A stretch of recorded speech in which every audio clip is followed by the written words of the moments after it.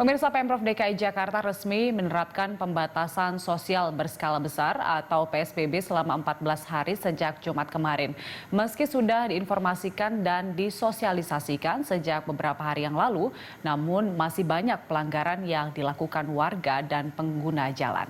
Lantas, seberapa efektif penerapan dari PSBB hingga sanksi apa yang harus diberikan kepada para pelanggar?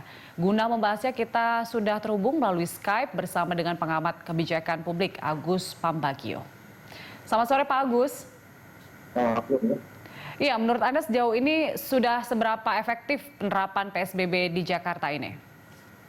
Anda yang lucu nanya baru sehari. Indonesia kan tidak bisa dihimbau, masih perlu waktu. Paling tidak seminggu lah, setelah itu penegakan hukumnya harus sudah jalan. Jadi kalau dibilang efektif, bagaimana kita mengevaluasi baru 1 hari. Ya, menurut Anda apa kelebihan dan kekurangan dari sistem PSBB ini? Ya, tidak ada kelebihan kekurangan. PSBB itu kan muncul setelah social distancing-nya tidak jalan kan. Apapun namanya, kalau itu tidak ada penegakan hukum akan percuma. Mau pakai nama apa saja silahkan. PSBB itu kan perluasan dari social distancing kata pemerintah. Nah, jadi ya harus ada penegakan hukum. Ketika tidak ada penegakan hukum, jangan berharap bahwa itu akan berhasil.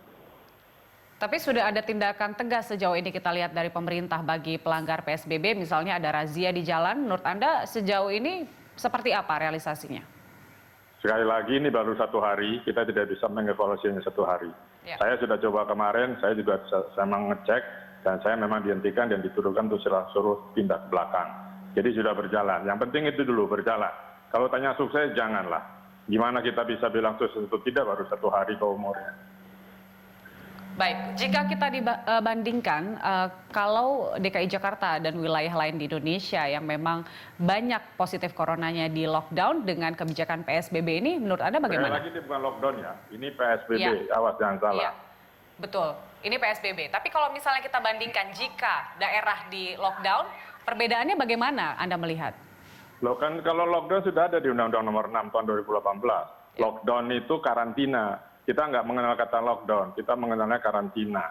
Karantina itu orang tidak boleh keluar sama sekali, tidak boleh aktivitas sama sekali, dan seluruh kebutuhannya disuplai oleh pemerintah. Itu terjadi di Cina, terjadi di Malaysia hari ini, ya kan? Nah itu karantina.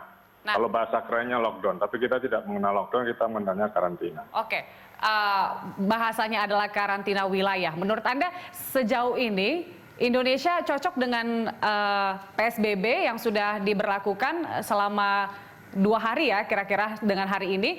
Apa mungkin karantina wilayah atau lockdown lebih dikenal?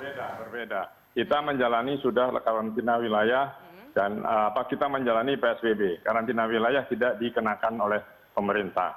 Ya sudah itu kita ikuti dulu. Kalau kita berkelut dengan yang mana yang baik, yang ini ganti, kita sudah 1 bulan lebih berganti-ganti istilah. Dan itu membingungkan tidak saja publik tapi pelaksana. Jadi sekarang kita bicara PSBB. Bagaimana PSBB? PSBB adalah perluasan dari social distancing. Ya, penjarakan tidak bertemu dan sebagainya. Tetapi kalau ini harus ada langkah hukum. Karena kalau tidak ya percuma. Apa bedanya dengan social distancing atau hanya bekerja di rumah? Nggak ada.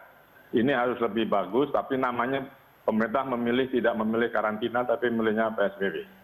Baik, dengan PSBB yang telah diberlakukan sekarang, menurut Anda penindakan ataupun sanksi apa yang sebenarnya harus ditegaskan oleh pemerintah?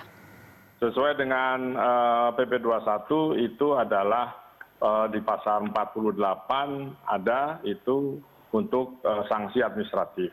Di 92, 93 ada sanksi pidana.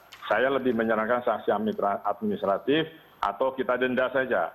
Untuk keputusan untuk pergub yang untuk ganjil genap kan ada Rp500.000. Masa ini nggak ada yang lebih? Ini misalnya 1 juta, ya harus kenakan saja. Secara strict harus dilakukan. Karena kalau tidak ada hukumannya atau sanksinya, itu percuma. Percayalah, kalau kita masih menimbang-nimbang, aduh jangan kasih sanksi, kasihan masyarakat, nggak jalan ini.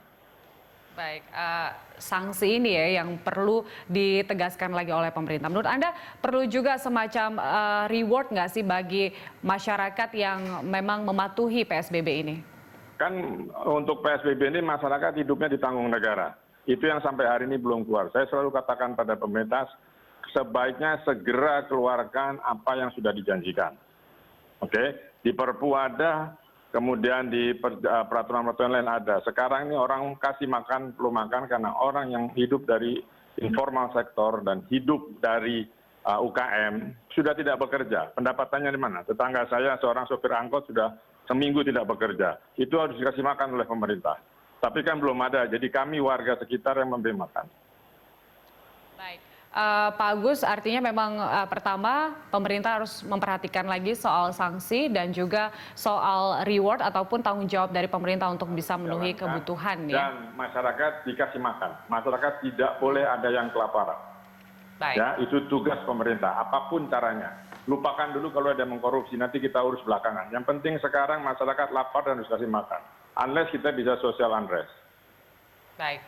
Pak Agus, terima kasih untuk informasinya telah bergabung bersama kami sore hari ini.